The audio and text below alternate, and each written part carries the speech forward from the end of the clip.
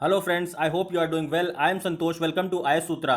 दोस्तों, आज का जो मोटिवेशनल कोट है इसमें बोला गया है, don't stop when you are tired. मतलब आप तब मत रुकें जब आप थक गए हों। Stop when you are done. In fact तब रुकिए जब आपका काम कंप्लीट हो गया हो। दोस्तों, ये चीज़ आप अपनी डे टू डे लाइफ में इंप्लीमेंट कर सकते हैं इस मोटिवेशनल कोट को, क्योंकि आपने देखा होगा जब भी आप कोई काम करते हैं तो आप जैसे ही उसमें आपको एक अनईजीनेस फील होने लगती है, आपको लगता है कि अब दिमाग थक गया है, आप वो काम छोड़ देते हैं। आप सोचते हैं चलो थोड़ी देर बात कर लेंगे। उसके बाद क्या होता है, फिर वो डिले होता चला जाता है और आप उसे छोड़ देते हैं। तो यही बात बोली गई है कि आप उस काम को जब तक मत छोड़िए जब तक कंप्लीट ना हो जाए। उससे थक के मत छोड़िए। आप थक जाएंगे, उसके बाद उसे थोड़ा सा गैप जरूर ले लीजिए, गैप लेके फिर से स्टार्ट करिए।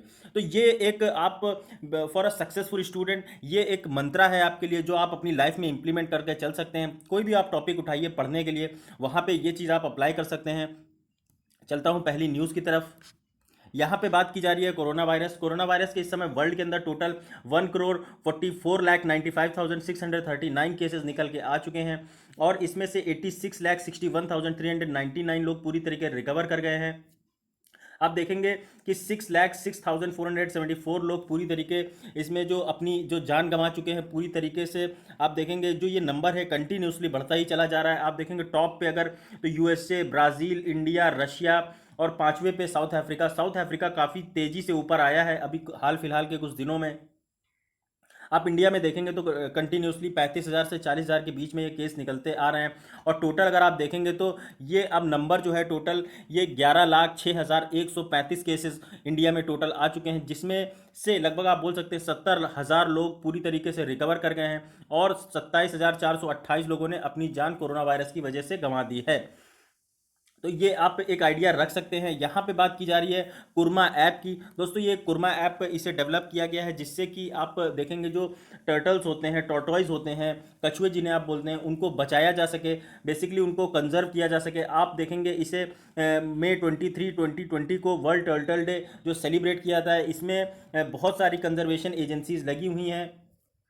इन इस एप्लीकेशन के माध्यम से आप देखेंगे टर्टल का जो कंजर्वेशन है उसमें बड़े पैमाने पे आपको देखने को मिलेगा एक कंजर्वेशन नेटवर्क, जो कि turtle survival alliance India and wild life conservation society India के साथ काम करता हुआ नजर आता है। और साथ ही आप देखेंगे तो जो यूज़र का डेटाबेस है उससे आइडेंटिफाई किया जाएगा जो ये स्पीशीज़ हैं, वो उनको प्रॉपरली, अगर जैसे आपने देखा होगा बहुत सारे बार अगर घर के आसपास आपके तालाब है तो कछुए निकल आते हैं, या फिर कोई दूसरा ऐसा जीव निकल आता है। तो अगर ऐसी आपको कोई कछुआ मिलता है तो उसको प्रॉपर रेस्क्यू सेंटर नियरेस्ट जो हो वहाँ पे आप पहुँचाइए।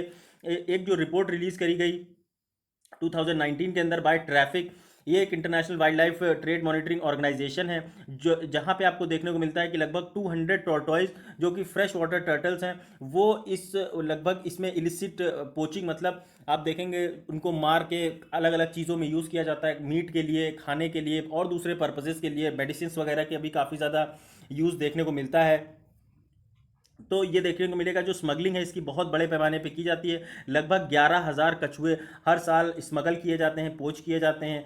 और आप देखेंगे अगर ये नंबर 2009 से 2019 के बीच में तो लगभग 1,11,130 टर्टल्स को पोच किया गया है, स्मगल किया गया है। तो ये टर्टल की जो लाइफ है उसके लिए, टर्टल की स्पीशी है उसके लिए काफ़ी बड़ा खतरा है। प्रोटेक्शन स्टेटस जो है साइट्स के अकॉर्डिंग बोला गया है कि ये इसको वाइल्ड लाइफ प्रोटेक्शन एक्ट के तहत प्रोटेक्ट किया जाता है। वाइल्ड लाइफ प्रोटेक्शन एक्ट वही है 1972 वाला, जिसके तहत इंडिया में बहुत ही ज़्यादा बहुत सारी स्पीशीज़ को कंजर्व किया जाता है, प्रोटेक्ट किया जाता है। कुरमा ऐप जो है ये फ्री में आप डाउनलोड कर सकते हैं और जो टर्टल्स के रिहैबिलिटेशन के लिए काम कर सकते हैं।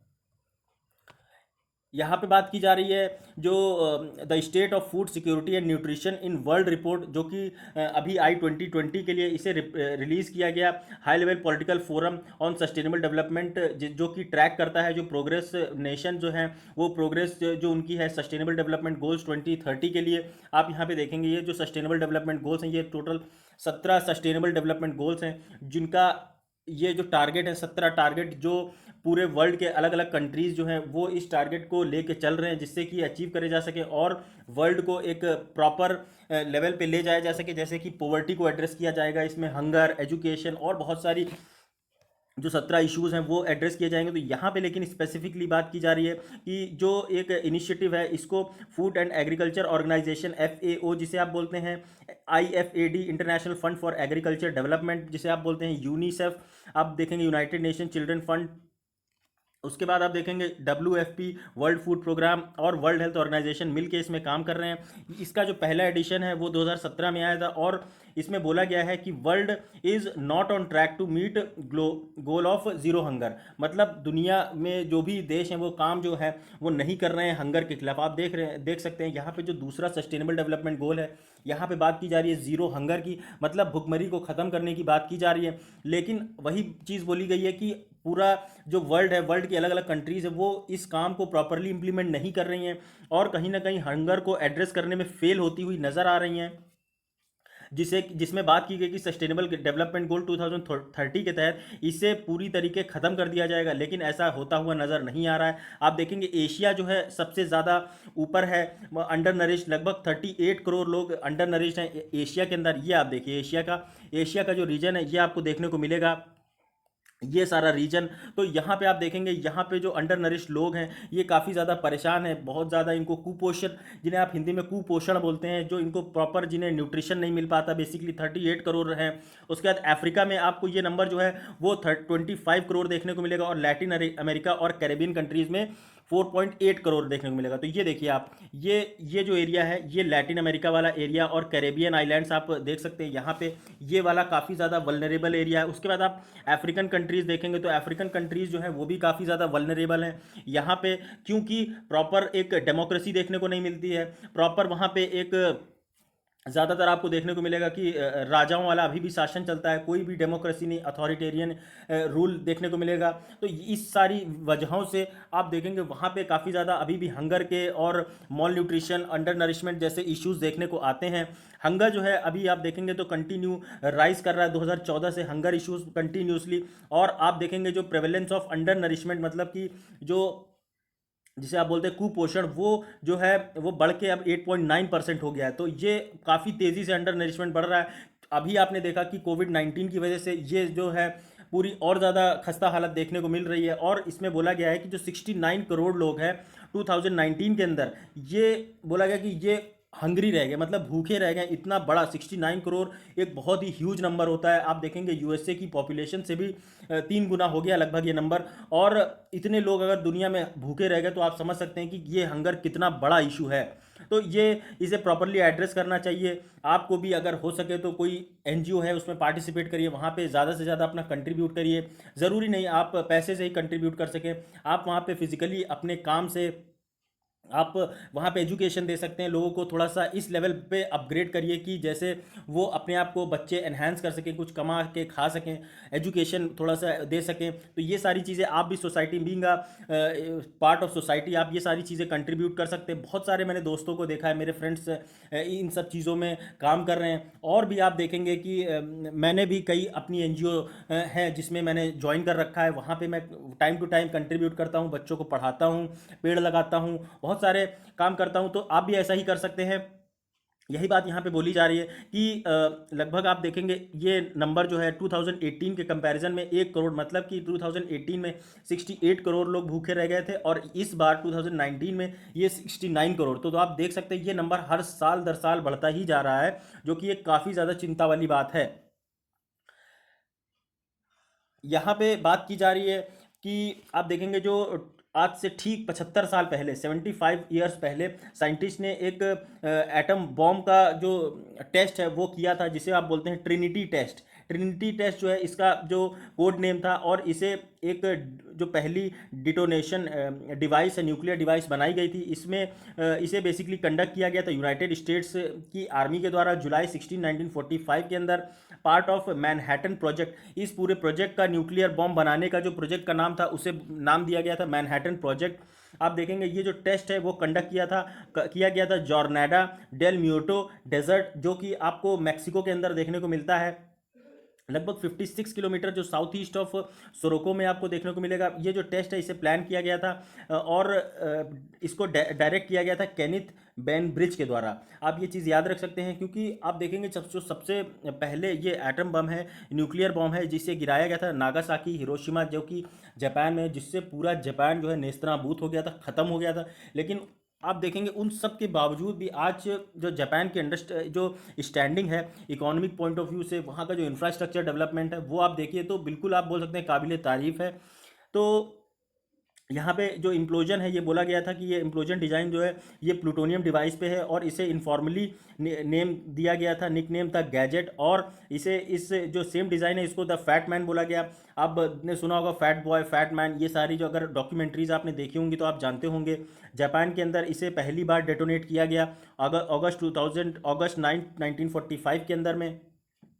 मैनहट्टन जो प्रोजेक्ट है ये एक रिसर्च एंड डेवलपमेंट का प्रोजेक्ट था जो कि वर्ल्ड वॉर टू के टाइम पे देखने को मिला। और इसमें आप देखेंगे जो इसमें न्यूक्लियर वेपन्स हैं इसको बनाने में जो यूनाइटेड स्टेट्स है उसका साथ दिया यूनाइटेड किंगडम और कनाडा ने। तो आप समझ सकते हैं कि ये कितना मतलब वर्ल्ड के अंदर ये कितना बड़ा एक ज़्यादा कितनी सारे लोगों की जान ले ली। और अभी भी आप देखेंगे यूएस वर्ल्ड का टॉप जो न्यूक्लियर पावर बना हुआ है, सबसे ज़्यादा न्यूक्लियर बॉम्ब्स आपको यूएस के पास देखने को मिलेंगे, फिर रशिया के पास, फिर बाकी दूसरे कंट्रीज है जैसे चाइना, इंडिया, पाकिस्तान, ये सारे न्यूक्लियर। अभी नॉर्थ कोरिया काफ़ी धमा चौकड़ी मचा रहा है, अपने बॉम्ब बना के उछल रहा है और अमेरिका को परेशान कर रहा है।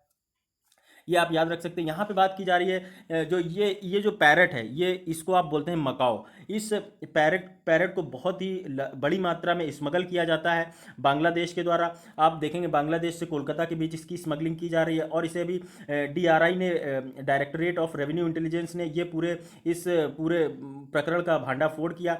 मकाओज जो है ये बहुत ही सुंदर और इनमें इनके जो कलर होते हैं बहुत ही डार्क होते हैं, अच्छे होते हैं, सुंदर लगते हैं देखने में। ये आपको पैरट फैमिली का देखने को मिलेगा। मकाओज जो हैं ये ज़्यादातर आपको सेंट्रल अमेरिका और नॉर्थ अमेरिका के अंदर देखने को मिलेंगे। ज़्यादातर आपको कैरेबियन, जो कि मैंने आपको दिखाया था अभी, कैरेबियन आइलैंड्स, यहाँ पे जो एरिया है ये यहाँ पे आपको देखने को मिलेगा ये एरिया। उसके बाद आपको नॉर्थ अमेरिका, तो ये सारा जो बेसिक आप देखने को मिलेगा ये यहाँ पे। और इंडिया में जो ये बताया जा रहा है ये बांग्लादेश के अंदर से एक्सपोर्ट किया जा रहा है, इसे स्मगल किया जा रहा है। ये आप एरिया देख सकते हैं बांग्लादेश का, जो कि बॉर्डर करता है इंडिया की, सबसे ज़्यादा बाउंड्री शेयर करता है, इंटरनेशनल बाउंड्री। उसके बाद स्टेट्स जो इसमें जो देखने को मिलते हैं बाउंड्री जिनके साथ ये शेयर करता है वो है मेघालय, त्रिपुरा। उसके बाद आपको इधर वेस्ट बंगाल देखने को मिलेगा, बिहार देखने को मिलेगा, सिक्किम देखने को मिलेगा। तो ये सारे हैं, आप ये याद रख सकते हैं। फिर यहाँ पे अगर आप देखेंगे तो लगभग 17 स्पीशीज़ मकाओस की पाई जाती हैं और ये अलग अलग लेवल पे हैं। इनके डेंजर के मतलब बहुत ज़्यादा एंडेंजर्ड हैं। आप देखेंगे जो ग्लाउकोज मकाओ है, ये स्पिक्स मकाओ, ये अभी तक आप देखेंगे इसे एक्सटिंक्ट हो गया, मतलब पूरी तरीके से ख़त्म हो गया, इसकी कोई भी प्रजाति नहीं पाई जाती है। तो स्पिक्स मकाओ आप याद रख सकते हैं कि ये एक एक्सटिंक्ट स्पीशी है, ख़त्म हो गई है पूरी तरीके। मकाओ जो है वो प्रोटेक्टेड है under convention of sites endangered, international trade in endangered species of wild fauna and flora. Fauna क्या होता है? फाउना दोस्तों बेसिकली आप देखेंगे जो भी जंगलों में जो पक्षी पाए जाते हैं, जो पशु पक्षी या फिर जो जानवर होते हैं उनको बेसिकली बोला जाता है फाउना। और फ्लोरा आप देखेंगे, फ्लोरा मतलब जो भी पेड़ों की प्रजातियां पाई जाती हैं, अलग अलग फूल के अलग अलग जो पेड़ पाए जाते हैं बड़े से लेके छोटे तक, उसको बेसिकली बोलते हैं फ्लोरा। आप एक बेसिक आइडिया इस चीज़ का रख सकते हैं। जो हाइकर्निथ है मकाओ, इसको अभी हाईएस्ट प्रोटेक्शन दी जाने की बात की गई है। इसका कॉमन नेम जो है मकाओस का वो है पेसिटिसिडे। तो आप ये याद रख सकते हैं। चलता हूँ अगली न्यूज़ की तरफ। यहाँ पे बात की जा रही है रिलायंस जो अभी 5G लॉन्च करने जा रहा है। अभी बोला गया है मुकेश अंबानी के द्वारा कि वो टेलीकॉम सेक्टर में एक बहुत ही अमूलचूल परिवर्तन करेंगे। 4G से 5G लोगों को 4G से 5G की तरफ ले जाएंगे और ये काफ़ी ज़्यादा कॉस्टली नहीं होगा। आप देखेंगे बिल्कुल, आप जो भी रिलायंस के प्रोडक्ट्स आते हैं वो आपको देखने को मिलेंगे। अफोर्डेबल प्रोडक्ट्स होते हैं, हर आदमी आसानी से उन्हें अवेल कर सकता है। तो यही बात बोली गई है मुकेश अंबानी के द्वारा उन्होंने बोला है कि जो ये 5G सॉल्यूशंस हैं पूरी तरीके इंडिया में ही बने हुए हैं, सारी चीज़ें इंडिजिनसली डेवलप्ड हैं। तो इससे कहीं ना कहीं जो इंडियन मार्केट है यहाँ पे जॉब की जो ग्रोथ है वो काफ़ी ज़्यादा बढ़ती हुई नज़र आएगी। साथ ही साथ आपको देखने को मिलेगा कि जो लॉन्ग टर्म 5th जनरेशन की जो लेटेस्ट अपग्रेड है कि long term evolution LTE mobile broadband देखने को मिलेगा। 5G नेटवर्क जो है ये बेसिकली 3 स्पेक्ट्रम में ऑपरेट करेगा, लो बैंड, मीडियम और हाई बैंडविड्थ। इसमें आपको देखने को मिलेगा कि जो मैक्सिमम स्पीड है वो 100 Mbps देखने को मिलेगी। अगर आप मीडियम बैंड स्पेक्ट्रम देखेंगे तो इसमें स्पीड तो अच्छी रहेगी लेकिन इसका जो कवरेज है वो कम रहेगा, और जो इसका जो पेनिट्रेशन एरिया है, जो ज़्यादा आप डेंस बिल्डिंग्स देखेंगे वहाँ पे इसका स्पीड और इसका जो नेटवर्क कवरेज है वो देखने को नहीं मिलेगा। इसलिए इंडिया में आप देखेंगे जो लो बैंड स्पेक्ट्रम है उसी में 5G काम करता हुआ नज़र आएगा। जो आप देखेंगे हाई बैंड स्पेक्ट्रम है इससे इसमें स्पीड बहुत ज़्यादा मिलेगी, लेकिन एरिया जितना ज़्यादा स्पीड, आप ये बोल सकते हैं speed is directly proportional to network coverage. जितनी ज़्यादा स्पीड उतना ज़्यादा कम नेटवर्क कवरेज, और जितनी कम स्पीड उतनी ज़्यादा नेटवर्क कवरेज। तो स्पीड अगर नॉर्मली अगर 100 Mbps मिल रही है तो मुझे लगता है कि ये एक सफिशिएंट स्पीड होगी किसी भी इंडियन फर्म में जो भी लोग डेटा यूज़ करते हैं। पहले आपने देखा होगा रिलायंस जियो से पहले बहुत सारी जो एयरटेल है, आइडिया है, यूनिनॉर, ये सब कंपनियां जो हैं अपनी मोनोपोली चलाती थी, और इनके हिसाब से आपने देखा होगा एक एक महीने का आपको 200 रुपये 300 रुपये 1 GB का या 2 GB का देना पड़ता था। अब तो 2 GB आदमी एक दिन में खर्च कर देता है। तो रिलायंस की जो एक अच्छी चीज़ ये है कि ये यूज़र फ्रेंडली चीज़ें लाती है, सबको अवेल कर सकते हैं ये सारी चीज़ें।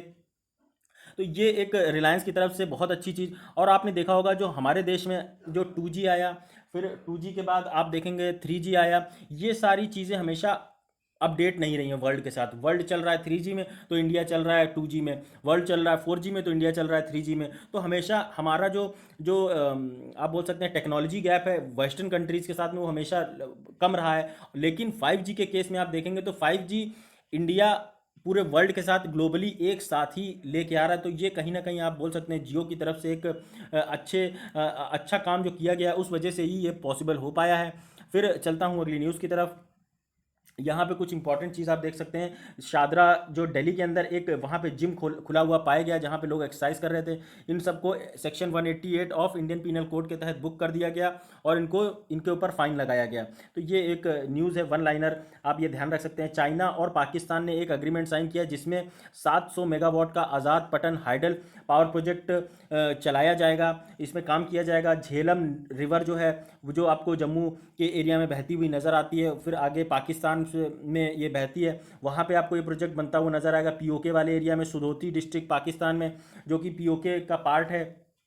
यहाँ पे आप देखेंगे चाइना अब UN आर्म्स ट्रेड ट्रीटी जो है उसे ज्वाइन करने जा रहा है। जब से डोनाल्ड ट्रंप, US के जो डोनाल्ड ट्रंप हैं प्रेसिडेंट, उन्होंने ये बोला कि वो इस ट्रीटी से पुल आउट करेंगे और अब इस ट्रीटी का पार्ट नहीं रहेंगे, जो कि आप देखेंगे इसी वजह से चाइना इसमें ज़्यादा इंटरेस्ट दिखा रहा है और अपना इसमें कंट्रीब्यूशन देखने को मिल रहा है उसका। UN ट्रीटी जो है आपको देखने को मिलेगा, ट्रीटी जो है इसके तहत जो इंटरनेशनल ट्रेड है on conventional arms for small arms to battle tanks, ये सारी चीज़ें जो बेची जाती हैं अलग अलग देशों को, जैसे कि आप देखेंगे US वर्ल्ड का सबसे बड़ा एक्सपोर्टर है डिफेंस का, तो वो सारे जो कॉन्फ्लिक्ट जोन्स में वेपन्स उसके द्वारा बेचे जाते हैं या दूसरे देशों के द्वारा बेचे जाते हैं, उसमें कहीं ना कहीं लगाम लगाने के लिए ये एक पूरी फाउंडेशन है। आप ये चीज़ आइडिया रख सकते हैं। यहाँ पे बात की जा रही है enabling people to govern themselves. ये एक GS2 का इंपॉर्टेंट टॉपिक है दोस्तों। इंपॉर्टेंट इसलिए है क्योंकि जिस तरीके से आप देख रहे हैं इस सेंट्रल और स्टेट गवर्नमेंट्स काम कर रही हैं और लोगों को जो हेल्थ और एजुकेशन से रिलेटेड इश्यूज़ हैं वो एक हाईलाइट होते हुए नज़र आ रहे हैं। अभी जो हमारे पूरे हेल्थ के जो पोल हैं, जो हमारा हेल्थ इंफ्रास्ट्रक्चर है, कोविड-19 की वजह से ये सारे पोल्स खुल गए हैं, सारे लूप होल्स निकल के सामने आ रहे हैं। इसीलिए बोला जा रहा है कि अब हमें ज़रूरत है कि लोगों को ये सिखाएं कि वो अपने आप को कैसे गवर्न करें, इस तरीके से काम करें कि वो खुद से ही अपनी सारे काम अच्छे से कर पाएँ। तो यहाँ पे बात की जा रही है, जब से पैंडमिक आया है तब से बहुत सारे फ्लॉज निकल के आए गवर्नमेंट गवर्नेंस इंस्टीट्यूशन से के अंदर। आप देखेंगे एक this is a better way for humanity to face new challenges governance system जो है हर लेवल पे आपको देखने को मिलेगा, ग्लोबली, नेशनली, लोकली, इन ये सब एक स्ट्रेस, किसी न किसी तरीके के दबाव में काम कर रहे हैं जब से कोविड-19 का इशू सामने आया है। आर्किटेक्चरल फ्लॉज देखने को मिले, जिन्होंने इसके जो डिज़ाइन है, ब्रेकडाउन्स ऑफ सिस्टम, ये सब इनको एक्सपोज कर दिया है। आप देखेंगे हेल्थ केयर हो गया, लॉजिस्टिक्स हो गया, बिजनेस हो गया, फाइनेंस हो गया और एडमिनिस्ट्रेशन, इन सारी चीज़ों में कहीं ना कहीं एक प्रॉपरली अनमैनेज्ड होती हुई नज़र आ रही है। एग्जाम्पल आप देखिए, अगर कि जो लॉकडाउन किया गया, आप देखेंगे जो लॉकडाउन किया गया वो बेसिकली किस लिए किया गया था, इसलिए किया गया जिससे कि जो हेल्थ क्राइसिस है उसको प्रॉपरली मैनेज किया जा सके। लॉकडाउन के टाइम पे सरकार को ज़रूरत थी कि वो ज़्यादा से ज़्यादा हॉस्पिटल बनाए, ज़्यादा से ज़्यादा वेंटिलेटर बनाए, ज़्यादा से ज़्यादा जो एक हेल्थ इंफ्रास्ट्रक्चर है उसको इंश्योर करे, ज़्यादा से ज़्यादा डॉक्टर्स का डिप्लॉयमेंट कर सके, और इससे फिर जब लॉकडाउन खोला जाता है तो जो पेशेंट्स आते हैं उनको प्रॉपरली मैनेज किया जा सके। लेकिन सरकार ने, सेंट्रल गवर्नमेंट ने ऐसा कुछ नहीं किया, और इसी सारे वजह से आप देखेंगे कि जब 500-600 पेशेंट्स पर डे आ रहे थे, आज की डेट में वही बढ़ के 35 से 40 हज़ार के बीच में हो गए हैं। तो ये सारे लूप होल्स दिखाता है। उसके बाद जिस तरीके से अब जब लॉकडाउन की वजह से जो आप देखेंगे जो इकोनॉमिक क्राइसिस हुई, उसको कैसे मैनेज करके चलना है, तो ये एक इम्पॉर्टेंट इशू है। ये कैसे आप देखेंगे, जब से लॉकडाउन लगा, लॉकडाउन के बाद से हमारी इकॉनमी एक बिल्कुल नीचे चली गई है, ऑल टाइम लो चली गई है। मूडीज़ के द्वारा और दूसरी रेटिंग एजेंसीज़ के द्वारा भी ये बोला गया कि हमारी जो इकॉनमी है वो काफ़ी ज़्यादा अब गिरने वाली, जिस वजह से आपको देखने को मिलेगा जो हमारे देश में इन्वेस्टमेंट है, रेमिटेंस है, ये सारी चीज़ें काफ़ी ज़्यादा कम होती हुई नज़र आएंगी। और इसी वजह से आपको देखने को मिलेगा जो डाइवर्जन ऑफ रिसोर्सेज हैं वो बेसिकली फोकस कर रहे हैं कि वो कैसे कोविड-19 को ही टैकल करें, और जो वल्नरेबिलिटीज़ हैं जिससे, जैसे कि आप देखेंगे डेथ हो रही है बहुत ज़्यादा लोगों की, उसके बाद जो बहुत बड़े लेवल पे कोविड-19 फैल रहा है, मॉल न्यूट्रिशन जैसी चीज़ें, जैसे कुपोषण, जैसे मैंने अभी आपको बात करी, वेस्टेड स्टंटेड जो पॉपुलेशन है वो काफ़ी ज़्यादा बढ़ती हुई नज़र आ रही है। इसमें आप देखेंगे हमें ज़रूरत है कि हम जो मशीन्स हैं उनकी तरह प्रॉपरली अपने आप को एफिशिएंट बनाएं, आर्टिफिशियल इंटेलिजेंस की हेल्प लें और दूसरी चीज़ों की हेल्प लेके हमें अपने आप को प्रॉपरली मैनेज करके चलना है, जिससे कि जो एक ऑर्गेनिक सिस्टम ऑफ है, नेचुरल इन्वायरमेंट, उसके साथ हम कोप अप कर सकें, उसके साथ जो है ह्यूमन सोसाइटी मिल के रह सके एक हारमोनी में, जिससे कि हम अपने एनवायरनमेंट के साथ साथ अपनी सारी चीज़ों को अच्छे से मैनेज करके चल सकें। इंटरकनेक्टेड इशूज़ अगर आप देखेंगे तो ग्लोबल चैलेंजेस जो हैं उसमें जो 17 सस्टेनेबल डेवलपमेंट गोल्स हैं यूनाइटेड नेशंस के द्वारा जो दिए गए हैं, उसमें बोला गया कि जो ह्यूमैनिटी है उसे चाहिए कि वो सारे इन सस्टेनेबल डेवलपमेंट गोल्स को अच्छे से अपने इंप्लीमेंट करके चले। जो ये आप देख सकते हैं, no poverty, zero hunger, good health and wellbeing, quality education, gender equality, clean water sanitation, affordable and clean energy, decent work, economic growth, industry, innovation, infrastructure, कैसे इंडस्ट्री को प्रॉपरली मैनेज करके चलें, कैसे इनइक्वालिटीज़ को एड्रेस करें, कैसे sustainable cities और communities को बनाएं, कैसे रिस्पॉन्सिबल कॉम्पोजिशन, कंजप्शन और प्रोडक्शन करें, कैसे क्लाइमेट एक्शन को मैनेज करके चलें, कैसे लाइफ बिलो वाटर, जो मरीन लाइफ है उसको प्रॉपरली मैनेज करें, कैसे लाइफ अबव लैंड, कैसे पोल्यूशन को एड्रेस करें, कैसे जो peace and justice, strong institution अपने जस्टिस सिस्टम को कैसे इंश्योर करें, अपनी जो सोसाइटी में एक हार्मोनी बना के रखें, पार्टनरशिप फॉर गोल्स। तो ये सारे जो इश्यूज़ हैं इनको प्रॉपरली कैसे एड्रेस करें, ये ज़रूरी हो गया है कि हमें अपने सारे एनवायरमेंटल, इकोनॉमिकल और सोशल इश्यूज़ को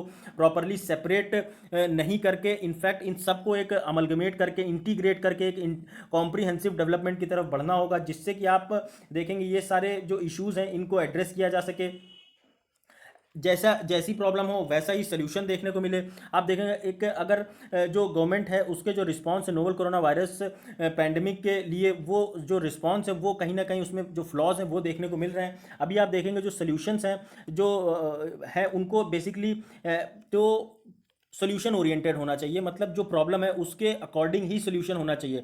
जबकि आप देखेंगे आप सरकार की तरफ से देखने को मिलता है एक ही जूता सबके नाप का, वो सोचती है कि यही है कि मतलब सबको एक ही जूता फिट हो जाएगा, जबकि ऐसा नहीं है।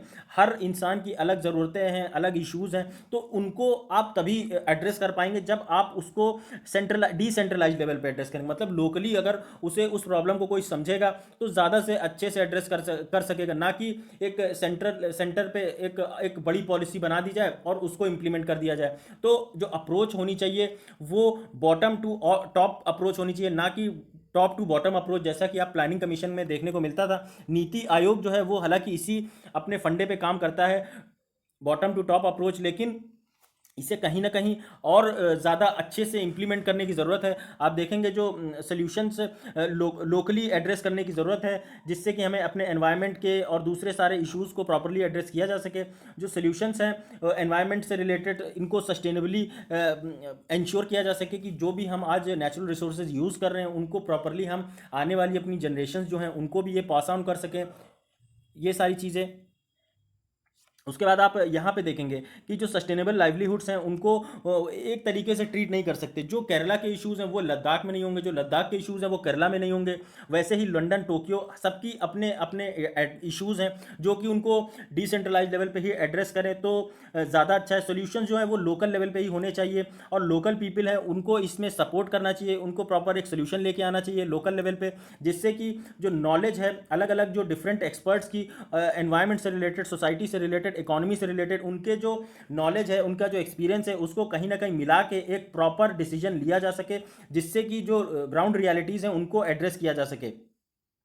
यहाँ पे आप देखेंगे ये पूरे जो मैप है ये वर्ल्ड, इसमें जो एशिया के जो सस्टेनेबल डेवलपमेंट इश्यूज़ हैं इनको प्रॉपरली एड्रेस करने की बात करी जा रही है और हर जगह इनफैक्ट पूरे वर्ल्ड में ये सारी चीज़ें इंप्लीमेंट होती हैं। जब भी आप पे कोई क्वेश्चन पूछे कि जो ये इश्यूज़ हैं जिससे कि कोविड-19 से रिलेटेड या फिर दूसरे इकोनॉमी, एनवायरनमेंट, क्लाइमेट से रिलेटेड ये सारे इश्यूज़ को कैसे एड्रेस किया जाए, तो आप बता सकते हैं वहाँ पे कि कैसे लोगों को इस लेवल पे प्रॉपर एजुकेशन इम्पार्ट की जाए, जिससे कि वो सारे अपने इश्यूज़ को लोकल लेवल पे एड्रेस कर सकें।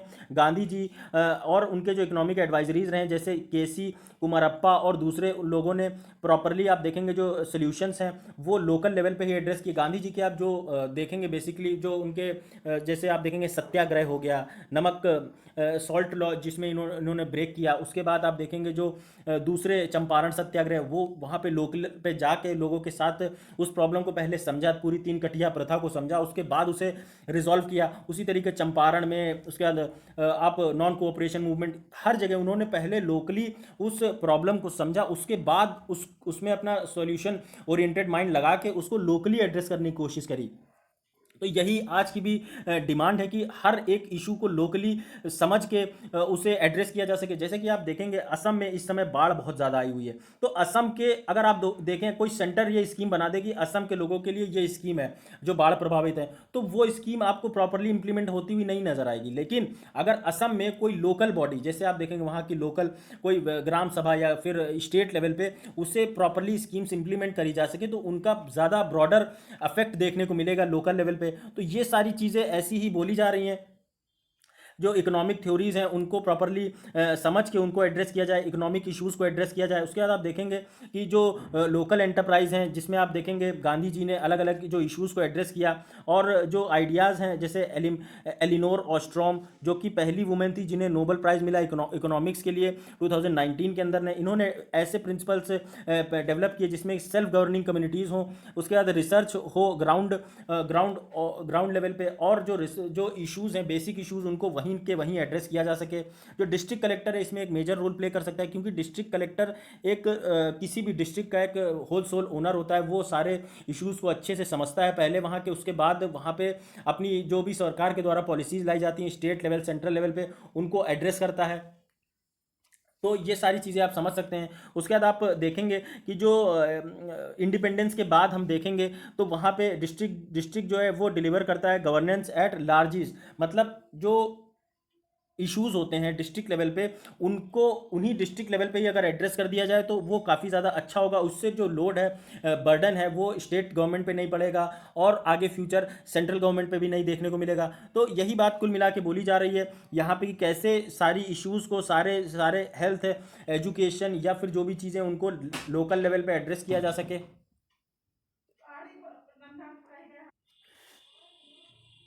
यहाँ पे बात की जा रही है चाइना की जीडीपी ग्रोथ पे, मतलब चाइना ने अपनी जो जीडीपी है, जिस तरीके से कोविड-19 फैला है, उस कोविड-19 के बाद भी कैसे चाइना ने अपनी पूरी जीडीपी को संभाला है, जो ग्रॉस डोमेस्टिक प्रोडक्ट जिसे आप बोलते हैं। आप देखेंगे जो हाउ चाइना हैज़ रिकवर्ड, तो आप देखेंगे जो ग्लोबल इकोनॉमीज़ हैं वो सारी जो कोलैप्स कर गई हैं कोविड-19 के इम्पैक्ट से, लेकिन आप देखेंगे कि चाइना ने अपने आप को बहुत ही एक शार्पली इम्प्रूव किया है, रिकवर किया है और उसकी जीडीपी अब काफ़ी ज़्यादा अच्छे मोड में चल रही है। आप देखेंगे जो रिजल्ट है वो आप देखेंगे चाइना ने ह्यूज मैन्युफैक्चरिंग आउटपुट पे ध्यान दिया है और पब्लिक स्पेंडिंग को बहुत ज़्यादा बूस्ट किया है, लोगों के हाथों तक पैसा पहुंचाया है, जिसकी वजह से वहाँ पे जो एक डिमांड और सप्लाई की जो चेन है वो प्रॉपरली वहाँ पे रिज्यूम हो पाई और इस वजह से जो चाइनीज़ इकॉनमी है फिर से अपने ढर्रे पे लौट के आने में काफ़ी ज़्यादा हद तक सफल रही है। आप देखेंगे जो टेक्निकल रिसेशन है उसको कहीं ना कहीं इफेक्टिवली एड्रेस किया है।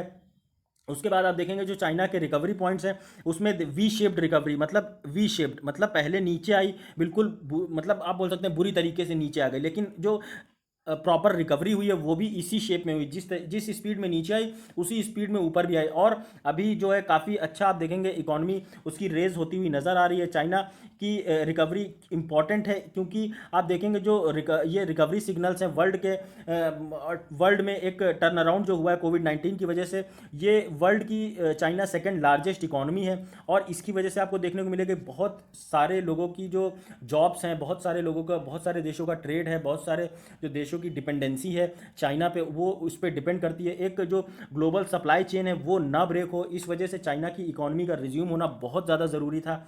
आप देखेंगे जो रिकवरी है वो इकोनॉमिक एक्टिविटी यहाँ ये डायरेक्टली लिंक्ड है कंट्रोल जो कोरोना वायरस के कंट्रोल से, कि जितनी अच्छी रिकवरी होगी उतनी ज़्यादा लोगों को अच्छी हेल्थ फैसिलिटी दी जाएगी, उतना ज़्यादा पैसा आएगा, उतनी ज़्यादा अच्छी वेंटिलेटर्स लाए जाएंगे, उतनी अच्छी वैक्सीन बनाई जाएगी, उतनी ज़्यादा रिसर्च एंड डेवलपमेंट में कंट्रीब्यूट किया जाएगा। तो ये डायरेक्टली प्रोपोर्शनल है जो कोरोना वायरस को कंट्रोल करने के लिए। आप देखेंगे जो क्वालिटी ऑफ पॉलिसी है सपोर्ट, उसको काफ़ी ज़्यादा अच्छे लेवल पे स्पेंडिंग की ज़रूरत है, काफ़ी अच्छे से उसमें हालांकि काम कर रहा है चाइना का अगर आप मैप देखें तो ये इंडिया है, इंडिया के बीच में ये सैंडविच की तरह है नेपाल, उसके बाद है चाइना जो कि काफ़ी बार अपने साउथ चाइना सी की वजह से इशू उसमें न्यूज़ में रहता है। उसके बाद आप देखेंगे इंडिया के साथ भी गालवान में काफ़ी ज़्यादा इशू रहे।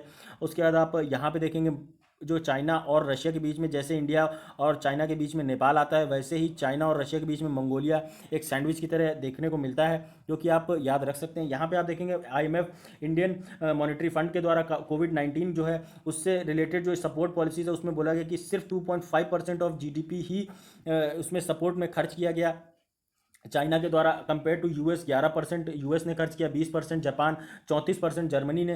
तो आप समझ सकते हैं कि चाइना ने किस लेवल पे खर्च किया और किस लेवल पे वो बेनिफिट करता हुआ नज़र आ रहा है। कि चाइना में अगर देखेंगे आप तो हाफ ऑफ जो उसकी जो आधी जीडीपी है वो कंजप्शन पे डिपेंड करती है।